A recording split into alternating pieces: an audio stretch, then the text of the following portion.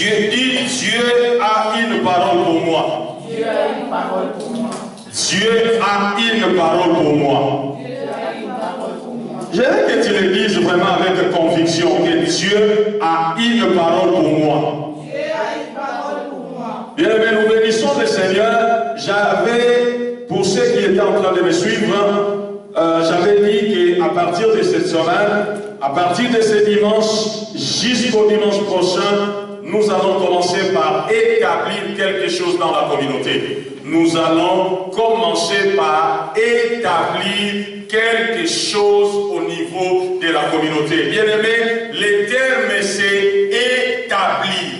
Parce que souvent, lorsque les gens sont en train de prêcher la parole de Dieu, ils sont en train de balancer la sémence comme les semeurs et ils ne sont pas en train d'établir les choses. Le terme c'est établir quelque chose. Voilà pourquoi j'ai intitulé mon enseignement apprendre à écouter Dieu. Cela veut dire quoi? À la fin de cette communication ou à la fin de cet entretien, tout un chacun de nous doit être à mesure de comprendre clairement quand Dieu est en train de parler. Parce que le problème, quand Dieu parle, tu peux entendre. Bien aimé, entendre la voix de Dieu n'est pas un problème. Entendre la voix de Dieu n'est pas un problème parce qu'il y a une capacité universelle. Il y a quelque chose qu'on appelle la capacité universelle d'entendre la voix de Dieu. Parce que toute la créature de Dieu a cette capacité. Toute la créature de Dieu. Lorsque Dieu a tout créé, dans tout ce qu'il a créé, Dieu a établi la capacité de l'entendre. Dieu a établi dans tout ce que Dieu a créé. Bien-aimé, tout ce que Dieu a créé a la capacité d'entendre la voix de Dieu. Entendre la voix de Dieu n'est pas le problème. Parce que, bien-aimé, lorsque tu regardes lors de l'arche, tu vas te rendre compte que lorsque Dieu était en train de faire entrer Noé dans l'arche, ce n'est pas Noé qui a amené les animaux dans l'arche. Ce n'est pas Noé qui les a dit venez entrer. Ce n'est pas Noé qui les a sélectionnés, mais c'est Dieu lui-même qui les a parlé. C'est Dieu lui-même qui a sélectionné. Et bien aimé, vous allez vous remarquer encore, lorsque Jésus est dans la barque avec les disciples, il est en train de dormir. La Bible dit, la tempête va se lever, les vagues vont se lever. La Bible dit, il y aura beaucoup de problèmes ces jours-là. Les disciples ont peur, ils sont en train de dire, de crier, Seigneur, nous sommes en train de mourir. Mais la Bible nous dit, lorsque le Christ s'est réveillé, il a parlé au vent, il a parlé à la tempête, et cela l'a entendu, l'a compris et a exécuté. Pourquoi? Parce que lorsque vous regardez dans les discours des disciples, les disciples vont dire par la suite, qui est cet homme? Qui est cet homme à qui les vents, la tempête, l'eau, la mer peuvent obéir? Cela veut dire, s'ils ont obéi, c'est parce que lorsqu'il a parlé, ils ont fait quoi? Ils ont entendu. Donc cela veut dire, il y a quelque chose qu'on appelle la capacité universelle à entendre la voix de Dieu. Bien aimé, entendre la voix de Dieu, ce n'est pas un problème. Donc ici, nous ne voulons pas établir, ou nous ne voulons pas faire une communauté des gens qui entendent la voix de Dieu. Pour nous, entendre la voix de Dieu, c'est automatique. Si tu es un être créé par Dieu, tu dois attendre la voix de Dieu. Chrétien ou pas chrétien, tu dois attendre la voix de Dieu. Bien aimé, même les sorciers entendent la voix de Dieu. Parce que Dieu parle tantôt d'une manière, tantôt d'une autre. La Bible dit, personne ne peut venir à moi si mon Père ne l'attire. pour que Dieu nous attire, il faut que nous recevions de lui un appel. Et cet appel, c'est la voix de Dieu. L'appel de Dieu, c'est la voix de Dieu, parce que Dieu appelle, mais appelle de diverses manières. Mais ce que nous voulons établir dans Chalice, ce que nous voulons établir cet après-midi dans cette communauté, c'est la capacité à écouter Dieu. Parce que souvent, nous abusons des mots écouter et entendre. Par exemple, dans la langue couramment parlée au Congo, les Lingala, entendre et écouter, c'est dire la même chose. Entendre et écouter. Souvent, les gens abusent. À la place de dire écouter, ils disent entendre. À la place de dire entendre, ils disent écouter. Alors, lorsque quelqu'un a entendu, cela n'est pas la garantie qu'il a écouté. Alléluia. Alléluia. Bien-aimé, lorsque quelqu'un a entendu, cela n'est pas la garantie qu'il a écouté. Ici, nous parlons d'apprendre à écouter, pas apprendre à entendre, parce que entendre c'est très facile. Entendre c'est automatique. Lorsque Dieu t'a créé, il t'a créé comme un récepteur parce que lui-même c'est un émetteur. Dieu t'a créé parce que tu dois entendre sa voix. Bien-aimé, lorsque tu regardes dans la parole de Dieu, tu vas te rendre compte que dans le livre de Genèse 2, quand Dieu a fini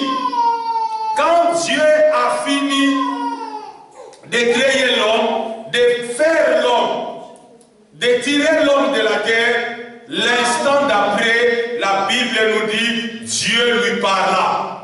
Dieu commença à communiquer avec l'homme. Voilà pourquoi entendre Dieu ne peut pas être un problème pour nous. Entendre la voix de Dieu ne peut pas être un problème pour l'humanité. L'humanité tout entière entend la voix de Dieu. Bien-aimé, toute créative, tout ce que Dieu a créé a la capacité universelle d'entendre sa voix, d'entendre ce qu'il a dit. Et bien-aimé, c'est très important. C'est très important. Nous devons établir, entendre. Entendre, c'est facile. Maintenant, lorsque l'homme s'est séparé de Dieu, il a perdu la proximité de Dieu, mais il n'a pas perdu la capacité d'entendre la voix de Dieu. Même lorsque l'homme a péché, il n'a pas perdu la capacité d'entendre la voix de Dieu. Bien-aimé, les péchés ne peuvent pas empêcher quelqu'un d'entendre la voix de Dieu. Parce que comment Dieu va t'appeler à la repentance si Dieu laisse le péché t'empêcher d'entendre sa voix? Les péchés n'empêchent pas une personne d'entendre la voix de Dieu. Même dans le plus profond de ton péché, même dans le plus profond du péché, tu as cette capacité d'entendre la voix de Dieu. Parce que la Bible dit, lorsque le Saint-Esprit viendra, il convaincra le monde du péché. Cela veut dire, même ceux qui sont dans les mal, même ceux qui ne connaissent pas Dieu, peuvent entendre la voix de Dieu, les interpeller par rapport à leurs conditions, les interpeller par rapport à leur situation, parce qu'ils sont dans les péchés. Mais à nous, qui l'avons connu, à nous, qui avons le privilège de devenir ses fils et ses enfants, la Bible dit, Dieu par Jésus-Christ a réconcilié tout avec lui. Dieu par Jésus-Christ a réconcilié tout avec lui. Cela veut dire, lorsque nous nous sommes réconciliés avec Dieu, cette proximité avec Dieu te donne la garantie d'entendre la voix de Dieu, te donne la garantie d'entendre la voix de Dieu. Si quelqu'un est sauvé il doit entendre la voix de Dieu. Si quelqu'un est sauvé, il doit entendre la voix de Dieu. Parce que la Bible dit, mes brebis entendent ma voix. Alléluia. Amen. Alléluia. La Bible dit, mes brebis entendent ma voix. Si tu es la brebis du Seigneur, si tu es la brebis du Seigneur, si nous sommes les brebis du Seigneur, nous avons cette capacité à entendre sa voix. Mais bien aimé, entendre sa voix ne suffit pas. Entendre sa voix ne suffit pas. Il nous faut comprendre ce que Dieu est en train de dire. Il nous faut comprendre ce que Dieu est en train de dire. Maintenant, lorsqu'on a entendu, lorsqu'on a compris et qu'on a exécuté ce qu'on a compris, c'est en ce moment-là, on peut dire qu'on a écouté la voix de Dieu. Voilà pourquoi j'ai dit, tu peux être prophète, tu peux avoir les dons de la prophétie sans être prophétique. Pourquoi? Parce que le prophétique, c'est l'état de l'homme à la création. Quand Dieu a créé l'homme, quand Dieu avait créé l'homme dans le jardin, Dieu n'avait pas placé un intermédiaire au milieu pour parler à l'homme. Non, l'homme n'avait pas besoin d'intermédiaire pour entendre la voix de Dieu. Dieu venait chaque soir dans les jardins rencontrer Adam et ils étaient en train de parler comme toi et moi nous sommes en train de parler. Et bien aimé, entendre la voix de Dieu ne suffit pas. Parce qu'aujourd'hui, on a beaucoup de prophètes. Aujourd'hui, on a beaucoup d'enfants de Dieu qui vont dans les églises, qui prient comme toi et moi. Tu pries, tu viens ici, tu écoutes les enseignements, tu écoutes les prédications, mais tu n'as jamais appris comment entendre, écouter Dieu. Parce que ton problème, ce n'est pas entendre, ton problème, c'est écouter. Voilà pourquoi, quand tu étais jeune, on te tirait les oreilles et on te disait, toi tu n'écoutes pas, toi tu n'écoutes pas. Les parents qui sont ici, vous le faites aussi. Lorsque vous tirez les oreilles de vos enfants, vous leur dites, toi tu n'écoutes pas, toi tu n'écoutes pas. Est-ce que ton fils, est-ce que ta fille, elle est sourde-muette? Non. Ta fille n'est pas sourde-muette, ton fils n'est pas sourde-muette. Son problème c'est qu'il entend. Des fois, il comprend. Des fois, il ne comprend pas. Voilà pourquoi il n'obéit pas. Et lorsqu'on n'obéit pas, malgré qu'on a entendu, malgré qu'on a compris, on ne peut pas dire on a écouté. Et bien aimé, ça doit être clair dans nos esprits. Ça doit être clair dans nos esprits. Avant toute chose, je veux que tu reçoives cette grande et puissante déclaration dans ton cœur. Avant toute chose.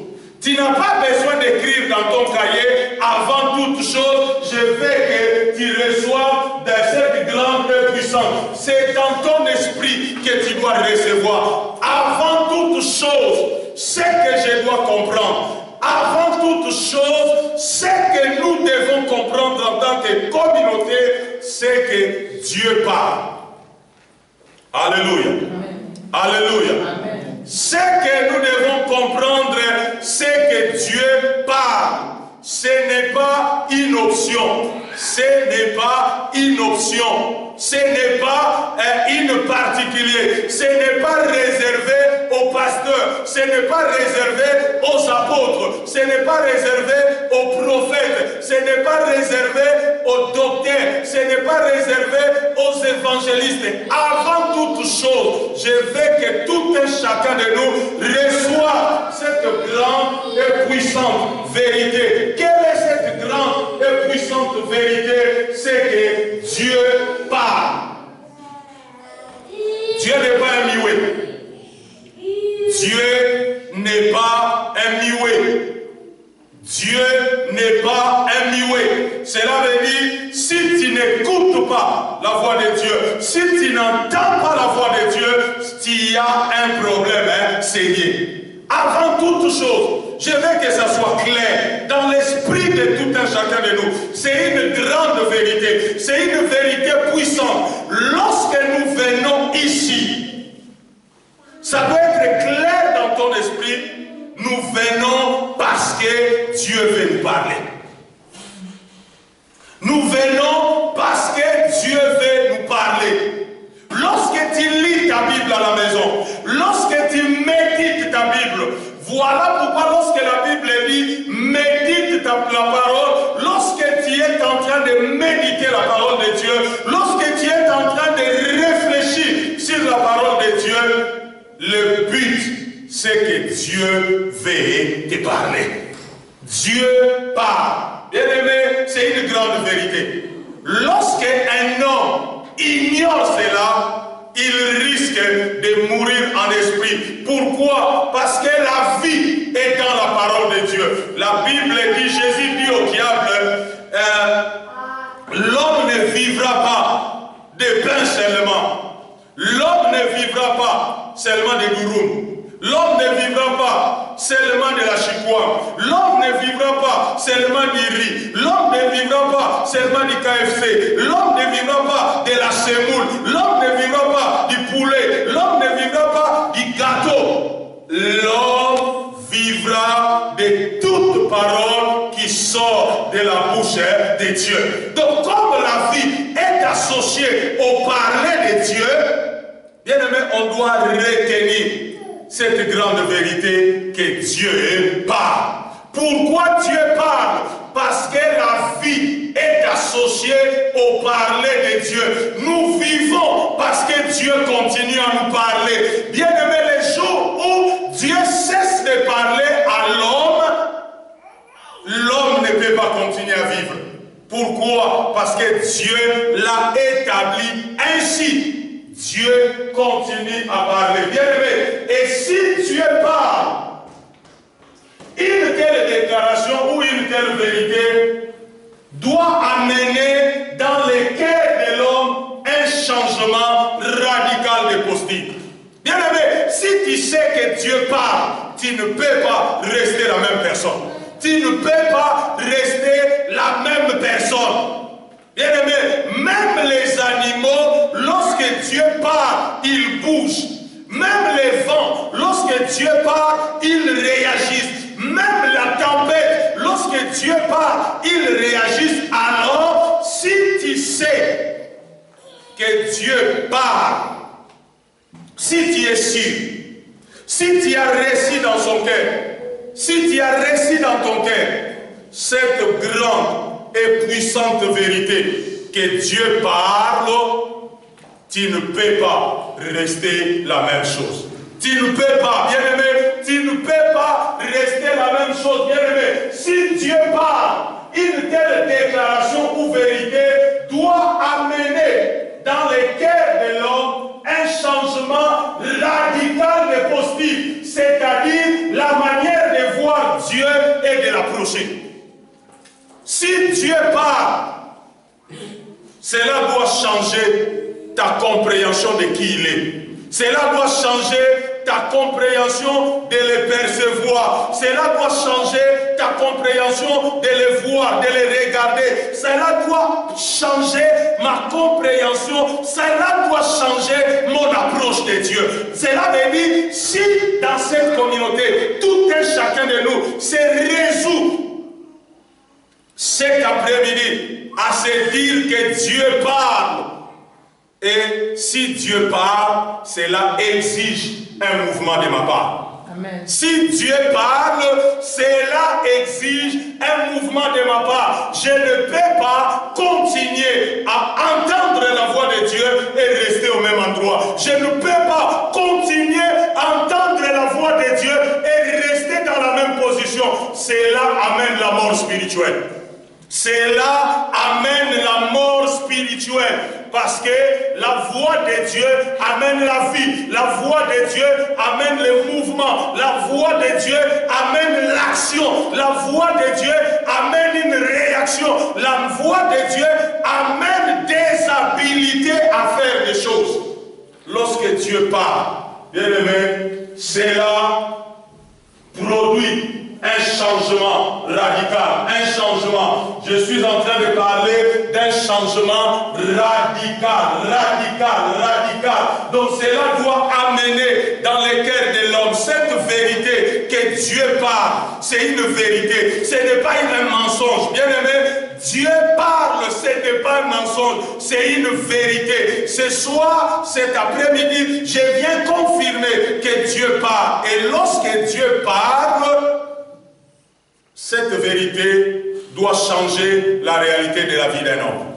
Voilà pourquoi les gens, ils lient leur vie à la Bible, mais ils n'ont jamais lié leur vie à la voix de Dieu. Et les gens lient leur vie à la Bible, ils n'ont jamais lié leur vie au parler de Dieu. Bien aimé, au travers de la Bible, Dieu parle. Oh, j'ai dit, au travers de la Bible, Dieu parle. Bien aimé, tu peux lire la Bible des années et des années, passer à côté de la voix de Dieu. Bien aimé, parce que la Bible, c'est un livre, c'est un livre de personnages, c'est un livre d'histoire qui est vrai. Parce que Abraham a vraiment existé. Moïse a vraiment existé. Les enfants d'Israël ont vraiment existé. Tout ce qui est écrit dans la Bible est tellement vrai. Mais le problème c'est quoi? Au travers les Écritures, nous devons entendre la voix de Dieu. Parce que la vie n'est pas dans les Écritures, mais la vie est dans la voix de Dieu. Qu'est-ce que tu écoutes lorsque tu lis les Écritures? Qu'est-ce que tu écoutes lorsque tu lis? Est-ce que tu écoutes l'histoire? Est-ce que tu écoutes les réalités qui se sont déroulées? Oui, c'est passé, oui, c'est vrai. Mais dans ça, tu dois écouter la voix de Dieu. Bien aimé, Job chapitre 33. La Bible dit, Dieu parle. Le verset 14 de Job 33 commence par Dieu parle. Donc les versets là ne commencent pas par autre chose. Lorsque tu ouvres ta Bible dans Job, n'ouvrez pas les Bibles.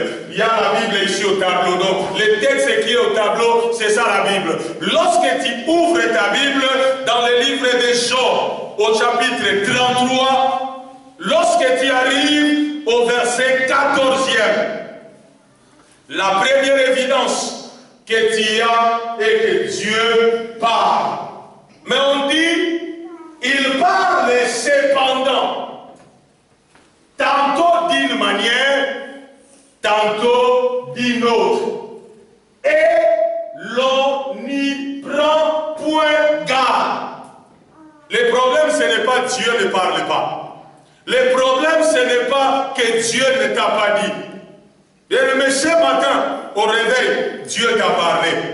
Ce matin, en chemin, Dieu a continué à te parler. Ce matin, en s'enseignant ici, Dieu a parlé. Pendant qu'on intercédait, Dieu a parlé. Pendant l'adoration, Dieu était en train de parler. Bien aimé, au travers des chansons que nous étions en train de chanter, Dieu était en train de faire quoi? De nous parler.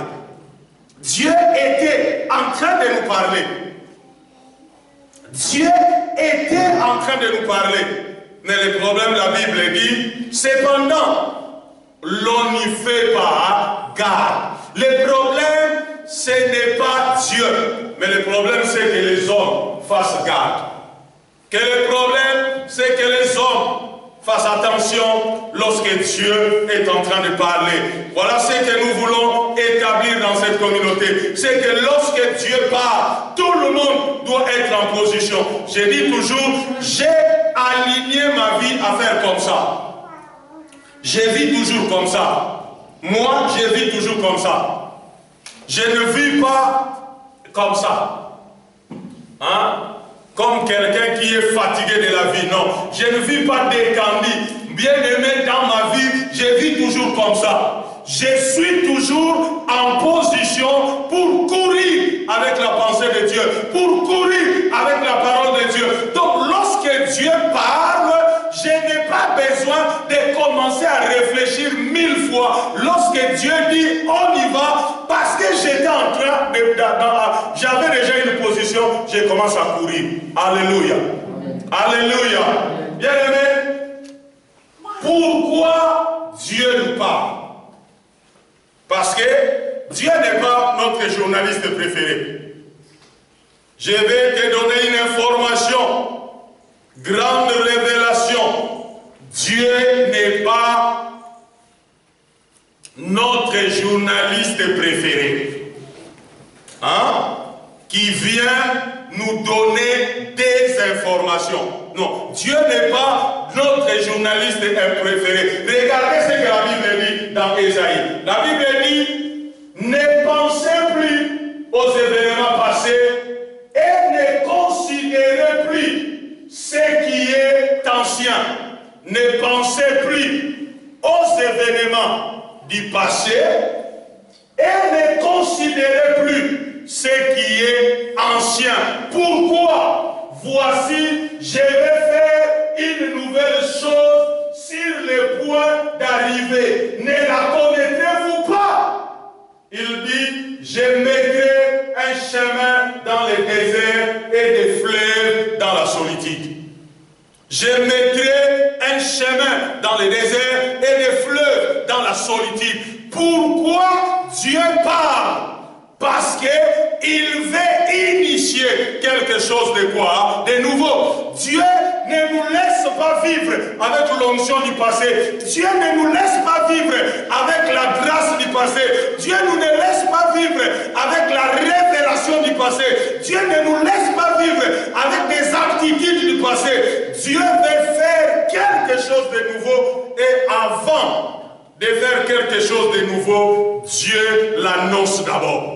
Avant de faire quelque chose de nouveau, Dieu l'annonce d'abord. Dieu ne fait rien sans l'annoncer. La Bible dit, Dieu ne fait rien sur la terre sans l'annoncer à ses serviteurs, les prophètes. Bien-aimé, Dieu est souverain. Dieu est libre de faire ce qu'il veut, mais Dieu est bloqué par sa parole. C'est lui qui a dit, il ne fait rien sur la terre. Donc cela veut dire, Dieu, dans ses intentions, quand il a créé l'homme, Dieu voulait coopérer avec l'homme dans la gestion de la terre. Dieu avait établi l'homme pour que l'homme soit le superviseur, pour que l'homme soit l'intendant de ses affaires sur la terre. Et lorsque Dieu veut faire quelque chose sur la terre, il parle d'abord. Alléluia. Alléluia. Lorsque Dieu veut faire quelque chose sur la terre, il parle d'abord. Voilà pourquoi, en tant qu'enfant de Dieu, en tant qu'une communauté, nous ne pouvons pas faire des choses ici si Dieu au préalable n'a pas parlé.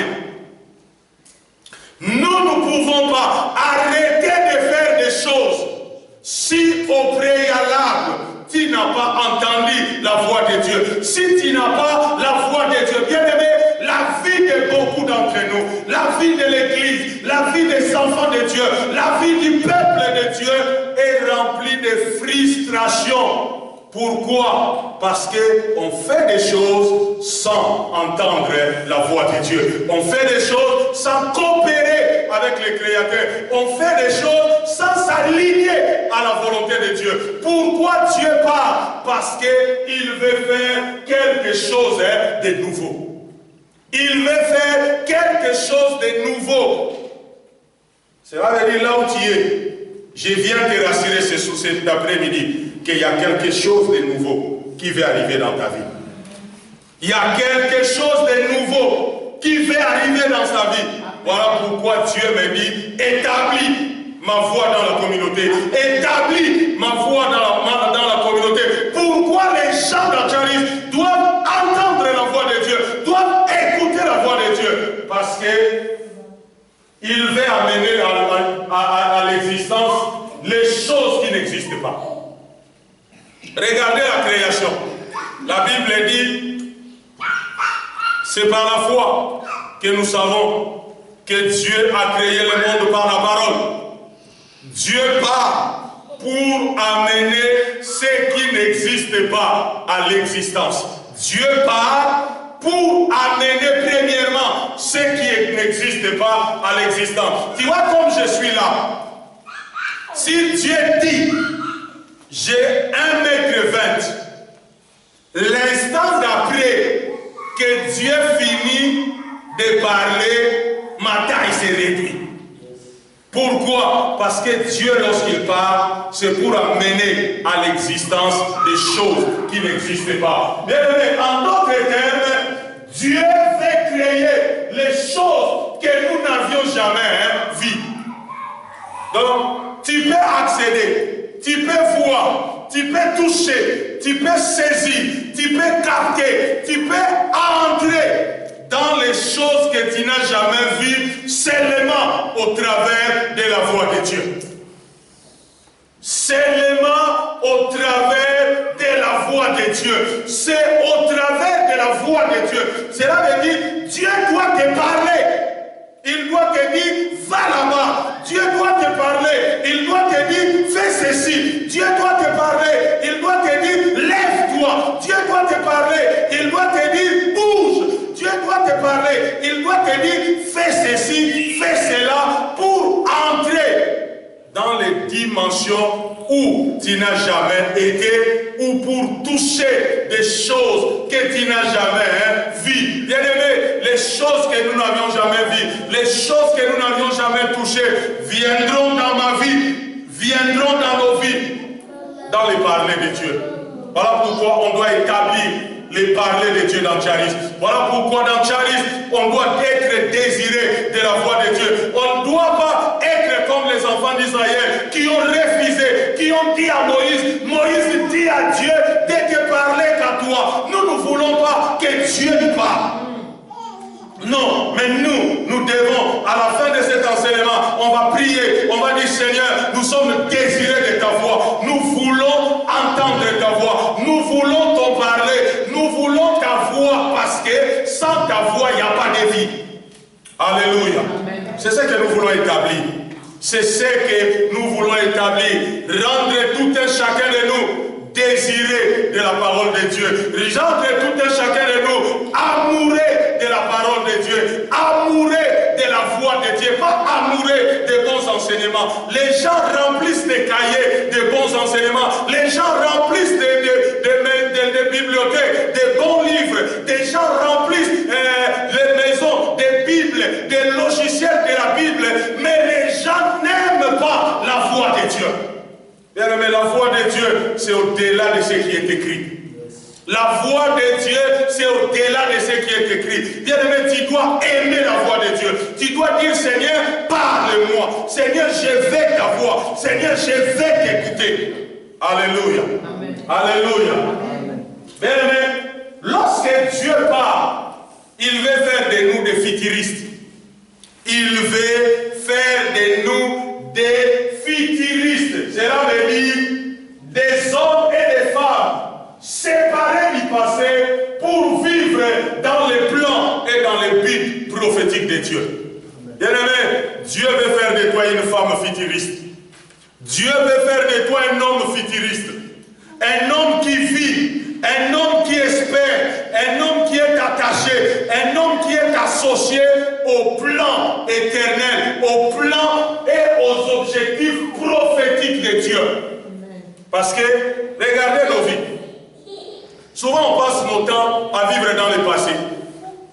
Tout ce que tu fais est lié à ton passé. Tu ne fais rien sans se référer à ton passé. Même quand tu fais quelque chose aujourd'hui, si on poursuit la chose, on les regarde bien, on va se rendre compte que dans la chose, il y a un peu du passé là-dedans. Mais Dieu ne veut pas que nous soyons des gens qui vivent dans le passé. Dieu nous parle parce qu'il connaît l'avenir. Dieu nous parle parce qu'il a des plans. Dieu nous parle parce qu'il a des projets. Dieu nous parle parce qu'il a des buts pour nous. Il a des choses qu'il a prévues pour toi, patience. Il a des choses qu'il a prévues pour toi, Joseph. Il a des choses qu'il a prévues pour cette communauté. Dieu a des choses qu'il a prévues pour cette communauté. Mais nous risquons de ne pas les bâtir si nous passons nos temps à courir derrière des bons enseignements. Hein? Courir derrière des bons enseignements. Ah waouh, c'était terrible. La révélation. Ah non, non, non, non, non. L'apôtre a la connaissance. Ah, il y a là. Non, non, non, dans Charis, il y a là. Non, ce n'est pas ça. Ce n'est pas la connaissance qui suffit. Mais au travers de cette connaissance, nous voulons écouter la voix de Dieu. Nous familiariser. Qu'est-ce que Dieu est en train de dire? Dieu veut nous séparer du passé pour vivre dans les plans et les buts prophétiques de Dieu. Les plans et les buts prophétiques de Dieu. C'est très important. Bien aimé, chaque fois que Dieu parle, c'est pour te faire avancer vers la prochaine édition ou dimension de toi-même. Alléluia. Je crois que quelqu'un n'a pas entendu ce que je viens de dire. C'est vrai, lorsque Dieu parle, c'est pour produire la prochaine édition de Sévry. Donc, si aujourd'hui, tu es encore Windows 97, lorsque Dieu parle, c'est pour que tu arrives à devenir Windows 10. Cela veut dire, Dieu parle pour nous mettre à jour. Amen. Dieu ne parle pas comme notre journaliste préféré nous donnant des informations. Lorsque Dieu parle, c'est pour te mettre à jour. Parce que Dieu trouve que nous ne sommes pas là où nous devons être. C'est ça le problème. Nous ne sommes pas dans la bonne fréquence. Nous ne sommes pas là où nous devons tenir. Nous ne sommes pas en train de faire des choses comme nous devons les faire. Nous ne sommes pas en train d'agir comme nous devons agir. Nous ne sommes pas en train de fonctionner comme nous devions fonctionner. Voilà pourquoi Dieu vient parler. Lorsque Dieu parle, c'est pour produire la nouvelle version d'Alfred. Lorsque Dieu parle, chaque fois que Dieu parle, c'est pour te faire avancer vers la prochaine édition ou dimension de toi-même, c'est-à-dire la version 2.0 de qui tu es. Hein? Donc lorsque Dieu parle, il produit 2.0 parce que tu es encore à la version 1.0. Lorsqu'il parlera, c'est pour produire la version 3.0, 4.0, 5.0, 6.0. Cela veut dire, lorsque Dieu parle, c'est pour produire les meilleurs de ce que je suis. Amen. Bien aimé, il y a un meilleur qui est caché en toi. Il y a un meilleur qui est caché en toi. Il y a un meilleur qui est caché en nous. Il y a un meilleur pour Charis. Bien aimé, si nous n'écoutons pas la voix de Dieu, nous risquons de passer à côté. Amen. Nous risquons de passer à côté. Souvenez-vous, lorsque j'ai parlé de la culture, j'ai dit, nous avons des buts spécifiques. Hein? Nous ne sommes pas tout le monde. Amen. Nous ne sommes pas tout le monde. Et tout le monde ne sont pas nous. Nous ne sommes pas tout le monde. Ce n'est pas de l'arrogance. Voilà pourquoi j'ai dit, tout le monde ne sont pas aussi nous. Ils sont et nous sommes nous, avec des buts spécifiques. Bien aimé, ce n'est pas par hasard que Dieu nous rassemble ici dans cette salle. Bien aimé, ce n'est pas par souci de jeter l'argent qu'on viendrait chaque dimanche payer cet hôtel. Ce n'est pas par souci de jeter l'argent, c'est à cause des buts et des plans prophétiques de Dieu. Maintenant, pour que nous puissions réaliser ces buts et ces plans prophétiques de Dieu, nous savons ce que Dieu a dit au départ. Mais nous devons nous laisser qu'il continue à nous parler. Parce que lorsque Dieu dit « Ah », n'allez pas faire. Hein? Lorsque Dieu te dit « Ah », ne commencez pas à agir. Ouvre encore tes perspectives. Ouvre encore tes sens. Connecte-toi encore plus parce que les A de Dieu, c'est tout un monde.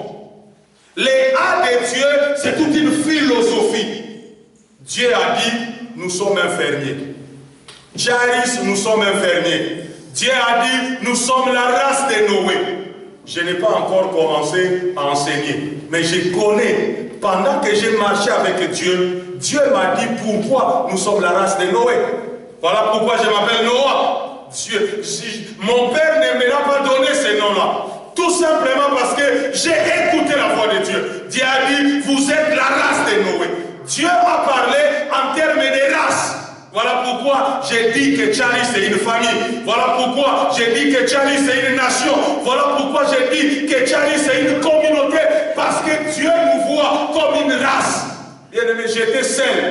Mais Dieu m'a dit, vous êtes la race. Tu es la race de Noé. C'est quoi la race de Noé? Un peuple prophétique, capable d'anticiper les événements futurs, capable d'avoir dans le futur ce que Dieu veut faire et commencer à les bâtir dans le présent. Voilà pourquoi ce que nous sommes en train de bâtir peut paraître comme ça n'a pas de sens. Peut paraître comme si ça va nulle part. Pourquoi? Parce que je ne veux pas que tu compares ce que nous sommes en train de bâtir avec quelque chose qui existe dans notre génération. Quelqu'un n'a pas compris ce que je viens de dire. Je ne veux pas dans Charis que tu puisses comparer ce que nous sommes en train de bâtir. Voilà pourquoi je dis, lorsque Dieu part, il veut faire de nous des futuristes. Lorsque Dieu a parlé à Noé, il lui a parlé pas des choses qui s'est passées dans sa génération. Il lui a parlé des choses qui viendront 120 ans après. Amen. Yes. Hein? Lorsque Dieu était en train de parler à Noé, il lui a dit des choses qui viendront 120 ans après. Voilà pourquoi, bien aimé, je n'ai pas besoin que quelqu'un acquiesce. Je n'ai pas besoin que quelqu'un dise que ce que je suis en train de dire est vrai. Parce que Dieu a dit, invoque-moi, je te répondrai, je te ferai connaître des grandes choses, des grands secrets. Dieu appelle ça des grands secrets, des choses que tu ne connais pas. Bien aimé, la pluie pour les contemporains de Noé, c'était un secret.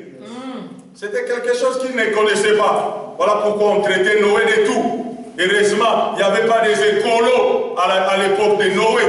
Parce que s'il y avait des écolos à l'époque de Noé, on allait couper la tête de Noé. On allait le mettre en prison. Parce qu'il était en train de couper toute la forêt. Il était en train de finir tous les arbres pour faire un grand arche. Maintenant, dans cette arche-là, on ne savait pas que c'était quoi la raison. Noé, nous vivons bien sur la terre. Noé, nous sommes bien là où, nous sommes bien dans cette église-là, où c'est des sensations, où c'est des émotions. Nous sommes bien. Laisse-nous là. Tu viens encore avec les choses-là, des réformes, des royaumes. Non, bien-aimés, ce sont des choses difficiles que nous sommes en train de ramener dans notre génération. Amen. Ce sont des choses difficiles que nous sommes en train. Pourquoi? Parce que Dieu fait de toi un futuriste. Amen. Dieu fait de toi une futuriste. Tu dois te rendre compte que tu es associé à quelque chose de grand.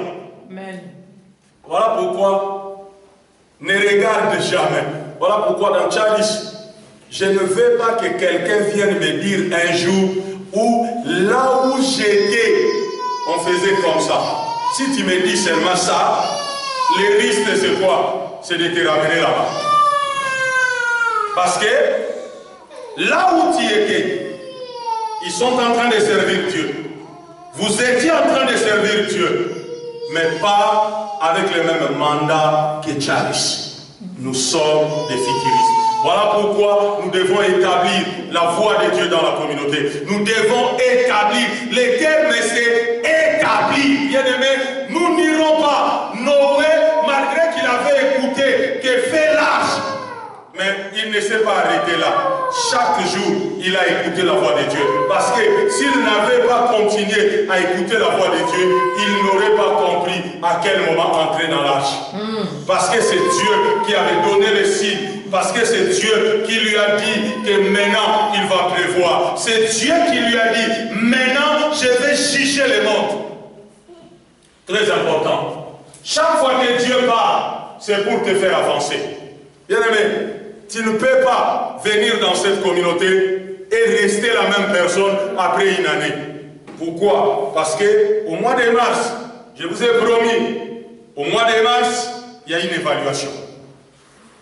Au mois de mars, il y a une évaluation. Chacun passera en consultation devant moi. Il va me dire, pendant qu'il est là, depuis le mois de septembre, les 6 mois qu'il a passé dans la communauté, qu'est-ce qu'il a appris, qu'est-ce qu'il a retenu, qu'est-ce qu'il a construit, quelles sont ses perspectives, il est en train d'aller où avec nous? Et quel est son engagement dans le but de Dieu? Quel est son engagement dans le plan de Dieu? Quel est son engagement dans l'avancement du royaume? Amen. Bien-aimé, parce que dans Charis, nous ne sommes pas une église passive où on vient tous les dimanches au culte, mais nous sommes un système de Dieu. Charis est une entité du royaume. Je dis bien, Charis est une entité du royaume. Nous avons un mandat spécifique. Il y a des choses que Dieu ne fera que par nous. Amen. Et si nous ne le faisons pas, Dieu va nous rejeter pour aller chercher d'autres personnes. Eh bien, je ne veux pas être rejeté par Dieu. Je ne veux pas être rejeté par Dieu. Je vais être ici, ce jour-là, quand je le verrai, qu'il me dise, bon et fidèle serviteur. C'est ça, ce que nous poursuivons. Que ce jour-là, que Dieu te dise, Lydia, bon et fidèle servante, viens, entre dans la joie de ton maître. Amen. Ce n'est pas chercher des choses que nous avons déjà. Ce n'est pas, bien aimé, dans Charis, on ne vient pas célébrer le matériel. Dans Charis, on ne vient pas faire la course à la prospérité, parce que nous sommes déjà prospères. Amen. Dans le royaume, il n'y a pas ceux qui sont bénis et ceux qui ne sont pas bénis. Dans Charis, tout le monde est béni. Si dans Charis, il se retrouve qu'il y a un pauvre parmi nous, on ferme cette communauté. Les jours où il y aura un pauvre dans Charis, on fermera Charis. Écoutez-moi.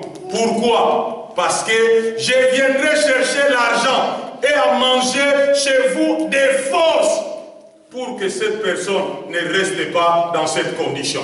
Amen. Amen. Amen. Amen. Amen. Amen. Dans Charis, on doit prendre là où il y a beaucoup et amener là où il y a peu. Dans Charis, il y a l'égalisation. La Bible dit, le roi vient préparer le chemin. Comment on prépare le chemin du roi? En rasant les montagnes et en remplissant les vallées. Lorsqu'on rase les montagnes et on remplit les vallées, qu'est-ce que ça donne? Légalisation. Donc cela veut dire, dans Charis, on doit prendre là où il y a et mettre là où il n'y en a pas. Cela veut dire, dans Charis, l'égoïsme n'existe pas. Dans Charis, on ne fera pas de cotisation où on dit tout le monde doit donner 20 €. Non. Tout le monde doit donner selon ses possibilités. Et je connais les possibilités de tout un chacun ici. Même si tu me caches, je vais prier, Dieu va me le dire. Hein? Si tu me caches, je vais prier, Dieu va me le dire.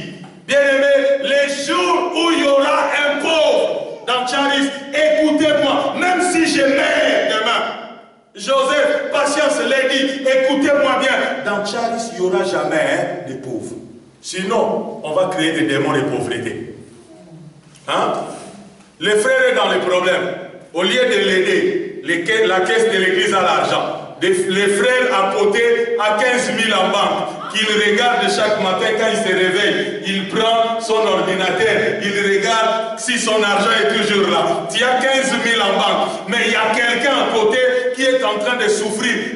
Tu veux que Dieu vienne te dire, patience, prends 1 000 €, donne à l'autre.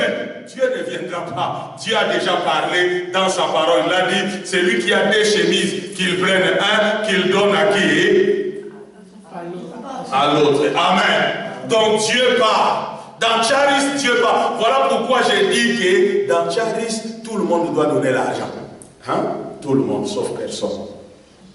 Tu dois avoir l'amour de donner l'argent. Regarde. Ça, on nous a fait cadeau. Parce qu'on trouvait qu'on n'en avait pas.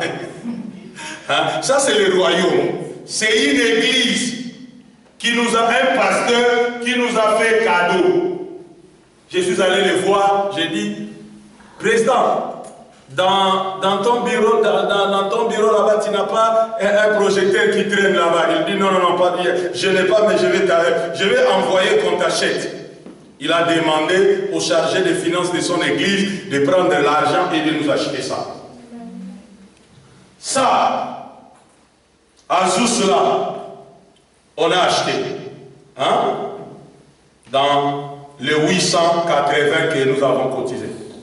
On a acheté. Ça là, on a acheté. Le micro que j'ai là, on a aussi acheté. Ça c'est pas les micros de ces baffles là. Les micros là coûtent 500 €.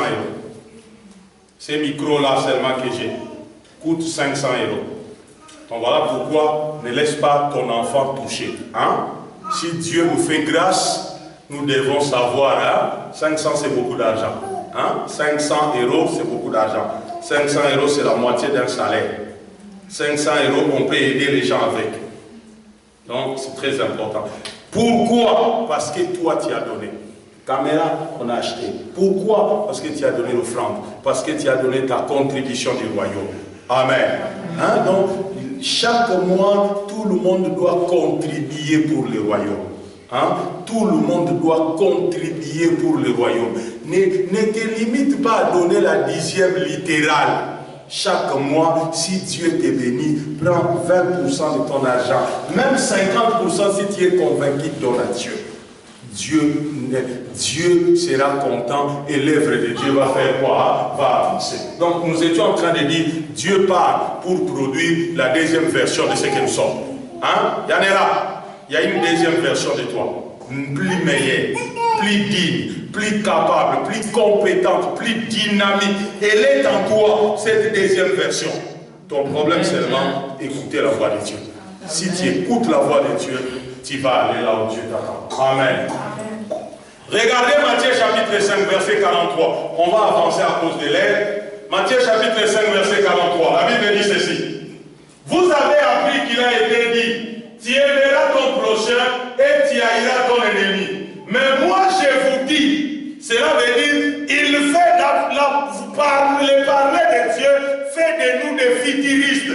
On dit, vous avez entendu qu'il a été dit. Mais moi je fais quoi? J'ai dit.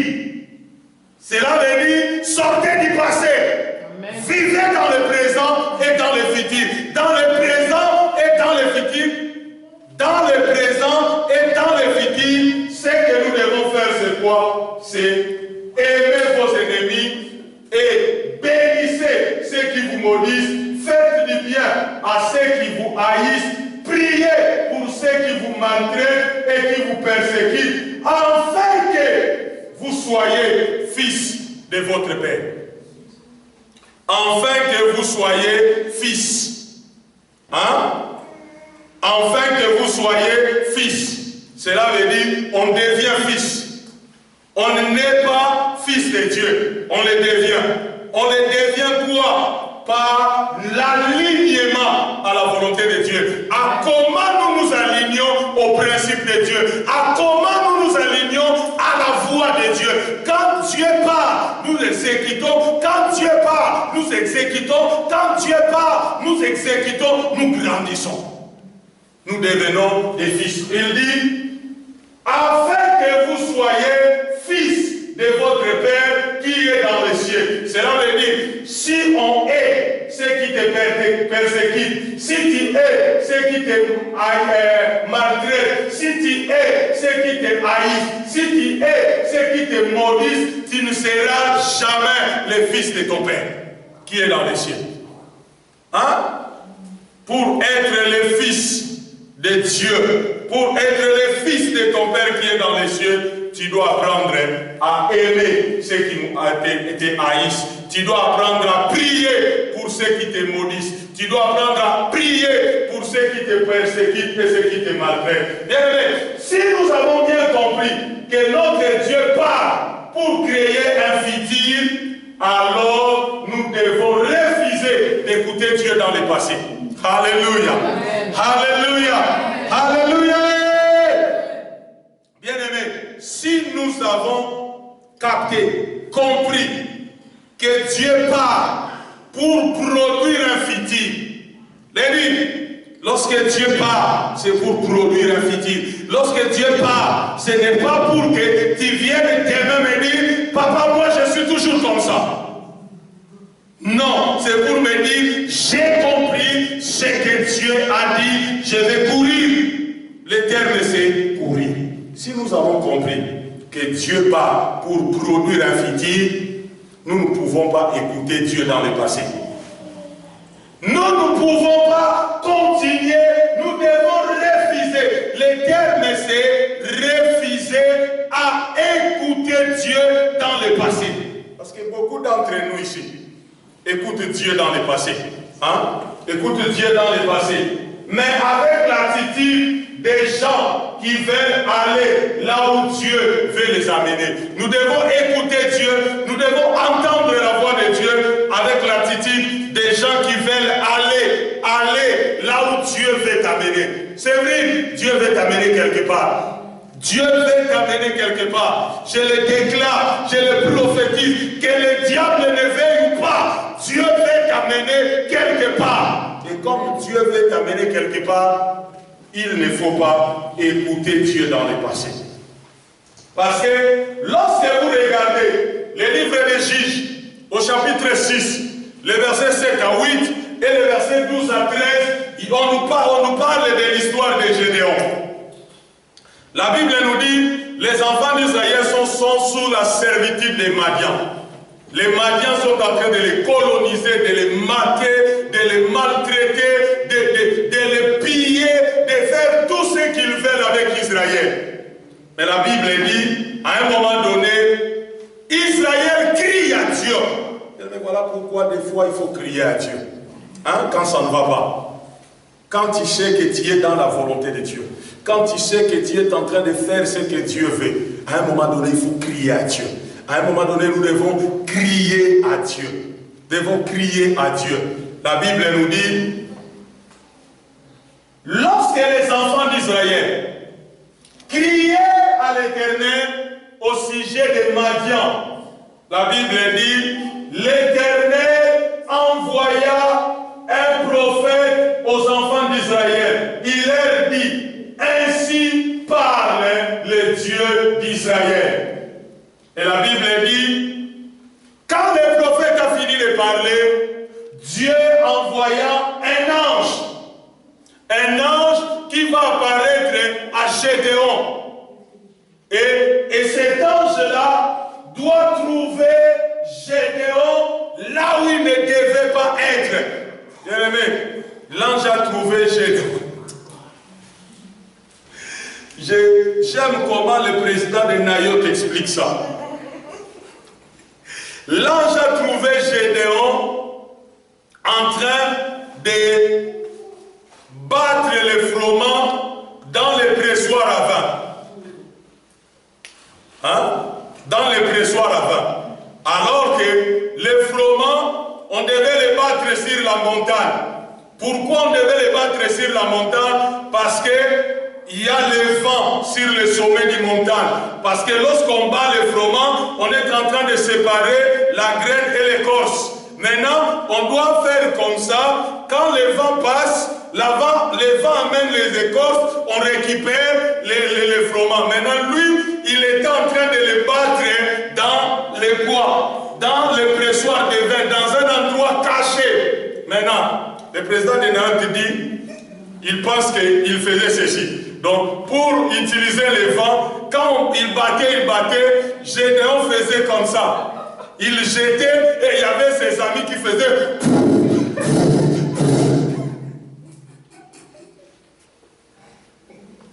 Amen. Bien aimé. Tu ne peux pas être en train de faire une bonne activité au mauvais endroit. Beaucoup des églises font ça. Beaucoup de chrétiens font ça. Font des bonnes activités, mais au mauvais endroit. Voilà pourquoi ça te demande beaucoup d'efforts. Depuis que tu as commencé cette activité, depuis que tu as commencé cette réalité, depuis que tu as commencé cette affaire, tu ne fais que souffler. Tu ne fais que souffler. Tu ne fais que souffler. Bien aimé. Alors que si tu étais par la hauteur, les vents rendaient ton travail fâché. Maintenant, l'ange vient trouver Gédéon là. En faisant une bonne activité au mauvais endroit.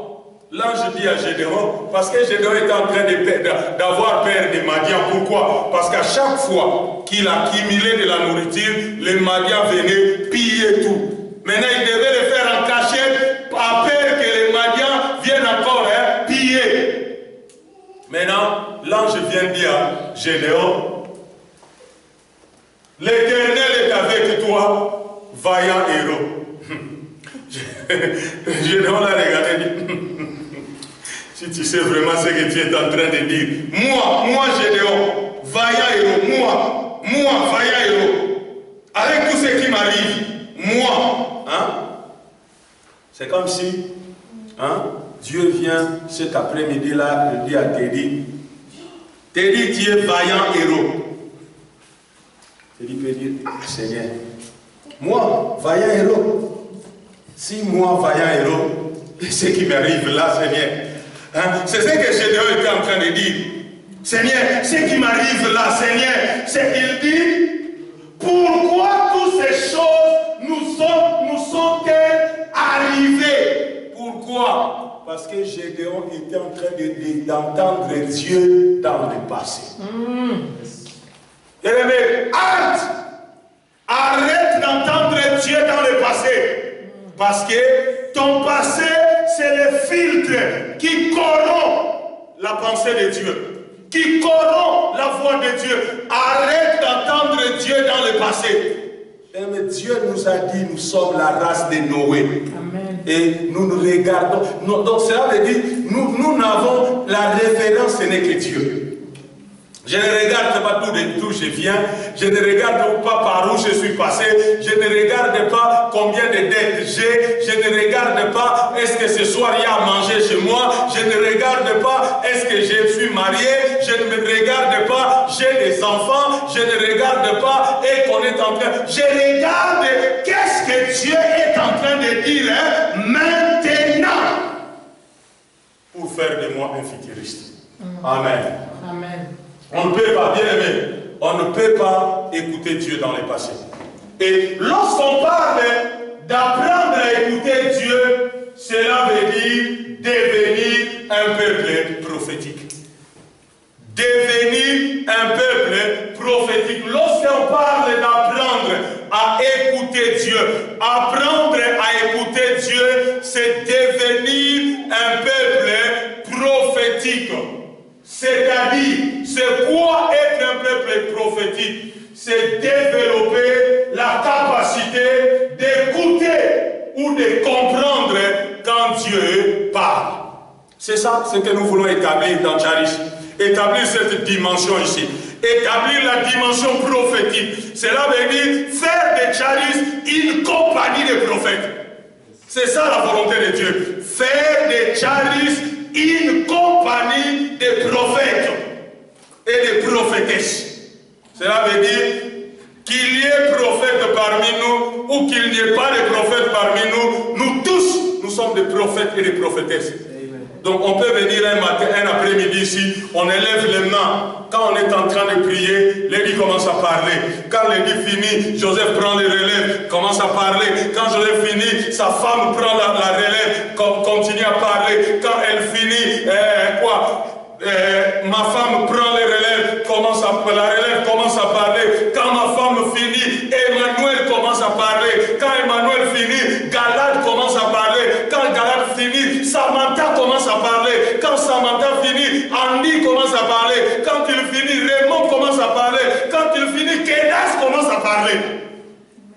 Hein?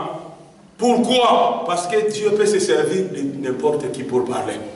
Nous voulons établir les prophétiques dans la communauté. Voilà pourquoi aujourd'hui, tellement les gens n'ont pas compris ça. Que lorsque Dieu a créé l'homme, l'homme n'avait pas besoin d'intermédiaire pour entendre la voix de Dieu.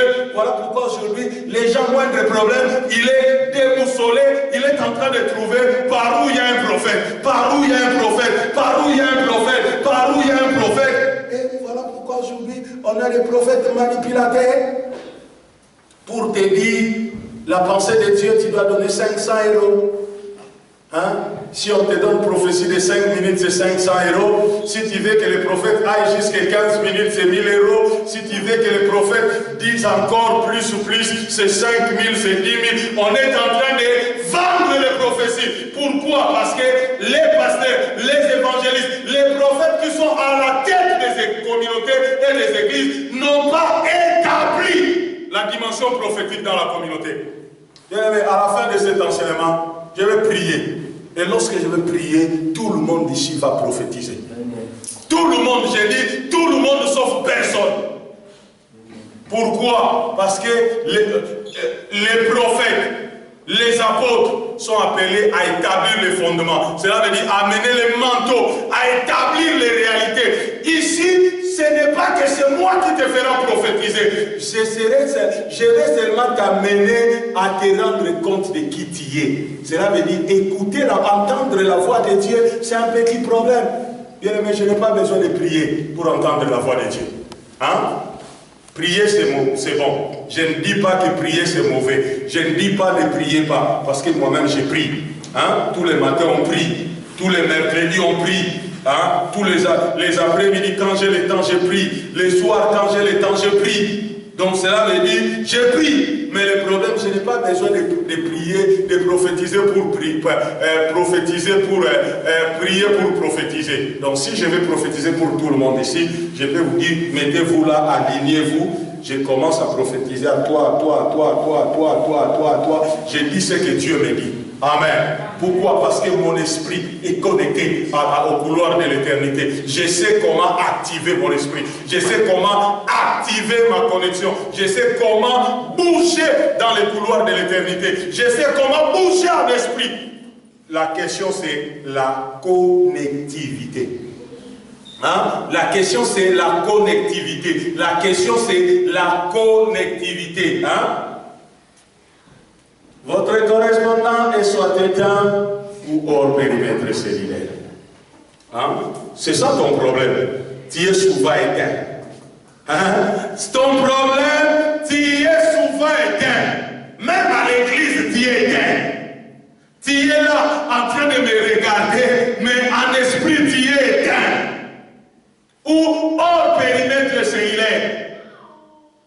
Donc c'est là, tu es là présent à une réunion de la communauté, à une réunion de communion fraternelle, mais au même moment, tu es en train de réfléchir sur ce que tu vas manger cet après-midi. Quelle bassesse! Quelle bassesse! Bien aimé, lorsqu'on parle d'apprendre à écouter Dieu, cela veut dire devenir prophétique. Prophétique, c'est l'état de l'homme à la création. Adam n'était pas prophète, mais il avait la capacité d'entendre, de comprendre et d'obéir à la voix de Dieu. C'est ça, être prophétique. Bien aimé, on est en train de répondre à la question, pourquoi Dieu parle? Parce que Dieu parle beaucoup à ses enfants, mais ceux-ci n'arrivent pas à comprendre que c'est Dieu qui leur parle. Voilà pourquoi on veut établir les parler de Dieu dans la communauté. Dieu t'a beaucoup parlé. Dieu t'a beaucoup parlé. Mais toi, souvent, tu ne tiens même pas compte que c'est Dieu qui est en train de faire quoi? De te parler. Donc, je ne sais pas si tu veux qu'il crie. Bien aimé, les problèmes que tu es en train de rencontrer, la Bible dit, Job 3, Dieu parle tantôt d'une manière, tantôt d'une autre. Il dit, même quand tu commences à maigrir et que les os qu'on ne voyait plus commencent à apparaître, c'est Dieu qui parle. Donc cela veut dire, Dieu a plusieurs manières de parler. Hein? Dieu a plusieurs manières de parler, mais c'est l'homme qui ne fait pas attention. Ce que vous devez comprendre est que être prophétique signifie comprendre et exécuter la parole de Dieu. Donc, à écouter Dieu signifie comprendre d'abord. Quand Dieu parle, qu'est-ce qu'il veut dire? Hein? Quand Dieu parle, qu'est-ce qu'il veut dire? Et quand tu comprends ce qu'il veut dire, maintenant après tu peux exécuter. Bien aimé, si nous voulons être une communauté, si Charis veut être une communauté, que Dieu, c'est là où je termine pour aujourd'hui. Si Charis veut être une communauté que Dieu peut honorer, si Charis veut être une communauté que Dieu peut honorer, nous devons développer une oreille prophétique. Nous devons développer une oreille prophétique si nous voulons être une communauté que Dieu honore. Cela veut dire que nous devons être capables d'entendre, de comprendre et d'exécuter. Pourquoi Dieu va t'honorer? Pourquoi Dieu va nous honorer? Pourquoi tu vas acheter des cadeaux à ton fils? Pourquoi tu vas acheter des cadeaux à ta fille s'il ne fait pas toujours ce que tu lui dis? Si nous voulons être une communauté que Dieu va honorer, nous devons être en mesure d'entendre Dieu parler, d'écouter, mais surtout de faire quoi? D'obéir. D'obéir. Le problème, ce n'est pas entendre. Le problème, ce n'est pas comprendre. Mais le problème, c'est obéir. Il y a des gens ici, on peut te lire 47 versets qui te dit quelque chose que Dieu veut que tu fasses. Pour toi, ça ne te dit absolument rien du tout. Si quelqu'un se comporte comme ça, il est dans la mort spirituelle. Parce qu'il n'y a qu'un mort qui ne peut pas réagir dans la foi de Dieu. Il n'y a qu'un mort. Bien aimé, si la parole de Dieu ne te dit rien, si la parole de Dieu ne te bouge pas, tu es dans la mort spirituelle. Viens, on va prier pour toi. Viens, on va t'imposer les mains. Viens, on va déclarer les choses pour te réveiller. Parce que la Bible dit, réveille-toi, toi qui dors, relève-toi d'entre les morts, et le Christ te fera quoi? T'éclairera. Tu ne peux pas avoir de l'éclairage si tu es mort. Tu ne peux pas. Beaucoup de gens, on peut parler matin, midi, soir, on répète la même chose, mais la personne ne bouge pas. Tu sais pourquoi la personne ne bouge pas? Tout simplement parce qu'il est dans la mort spirituelle. Il est dans la mort spirituelle. Elle est dans la mort spirituelle. Cela veut dire il entend ou elle entend que Dieu vienne lui parler à l'oreille, alors que Dieu ne fait que se répéter tous les jours. Dieu dit, fais ça. Amen. Amen. Si nous voulons être une communauté que Dieu va honorer, hein? Si nous voulons être une communauté qui y aura des surnaturels, il y aura des miracles, il y aura des guérisons, il y aura des réponses à des prières, même si nous n'avons pas prié, nous devons commencer à être prophétiques. Cela veut dire capable d'entendre, de comprendre et d'obéir. Cela veut dire on doit être comme ça, comme ça. Donc cela veut dire on doit être comme ça, comme ça, comme ça. Donc quand Dieu parle, l'instant d'après, je commence à bouger avec la parole de Dieu. Bien aimé, la parole de Dieu, ce n'est pas pour me faire du bien. La parole de Dieu, ce n'est pas pour te faire du bien. Et la parole de Dieu, c'est pour produire le futur. C'est pour produire une dimension prochaine. Donc voilà pourquoi nous établissons ça dans cette communauté. Nous voulons dans cette communauté des frères, des sœurs qui sont capables à être des martyrs à cause de la voix de Dieu. À être des martyrs de la voix de Dieu. Les martyrs de la voix de Dieu. Je suis un martyr de la voix de Dieu. Bien aimé, quand Dieu parle, même si Dieu me dit de mettre ma tête à couper, je le mettrai. Je le mettrai. Donc je n'hésite même pas deux fois. Pourquoi? Parce que je sais que le bien est dans la parole de Dieu. Le bien est dans la parole de Dieu. Donc si Dieu me dit de mettre ma tête à couper, lorsque ma tête sera coupée, quand Dieu va finir ce qu'il voulait pour que ma tête soit coupée, je vais ressusciter. C'est ça comprendre Dieu. C'est lui qui ne comprend pas Dieu. Si Dieu lui dit, mets ta tête à couper, il se limite là. Que, ma tête a coupé vraiment. Mes enfants sont encore jeunes. Ma tête a coupé vraiment. Je viens d'acheter ma maison. Je n'ai pas encore fini de payer. Mais ma tête a coupé. Je viens seulement de commencer le boulot. Ma tête a coupé. C'est moi qui s'occupe de ma famille en Afrique. Ma tête a coupé. C'est moi. Mais il ne voit pas qu'après la mort, il y a l'option résurrection.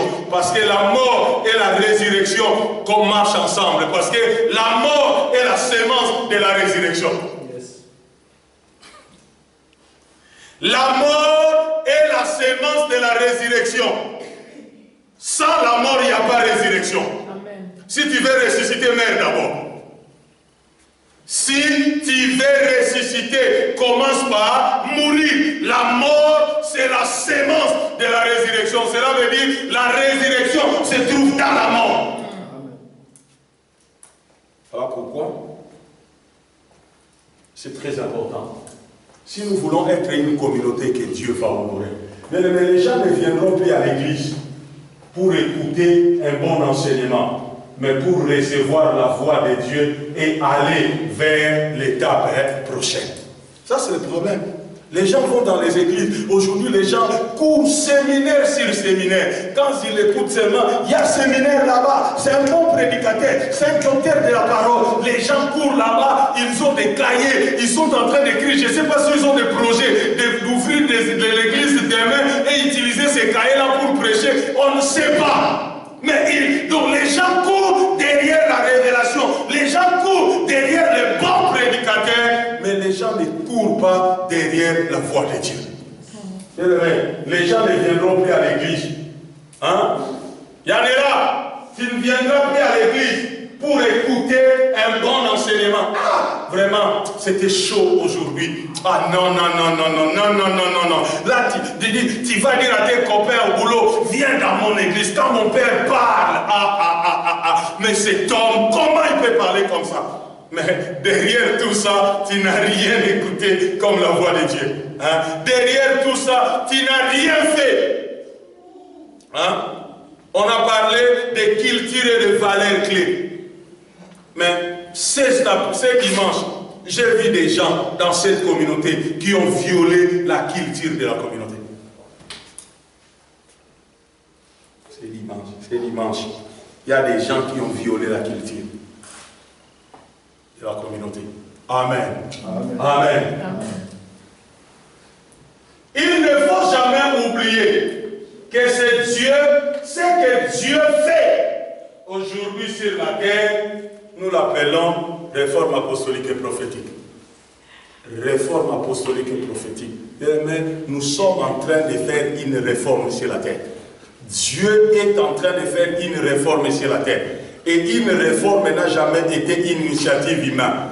Ce sont des grands esprits, des gens qui ont en connexion, qui ont vu que Dieu a bougé. Une réforme, c'est Dieu bougeant et amenant l'Église dans une prochaine dimension. Elle est apostolique et prophétique. Pourquoi? Parce que c'est les deux derniers ministères et les deux derniers dons que Dieu a fait quoi? A ramener dans l'Église. Parce que au 16e, avec Martin Luther, Dieu, parce que quand les catholiques, pourquoi on parle de l'apostolique et le prophétique? Parce que quand les catholiques ont récupéré l'église au 3e siècle, ils ont chassé tous les dons de l'église. Ils ont dit, pas d'apôtres, pas de prophètes, pas d'évangélistes, pas de pasteurs, pas de docteurs. Ils ont mis les prêtres, les abbés, ils ont mis les curés, ils ont mis les évêques, ils ont mis les cardinals, ils ont mis les papes. Maintenant, alors que c'est les 5 dons qui perfectionnent les saints. Donc si on les garde dans l'église, on a tué l'église.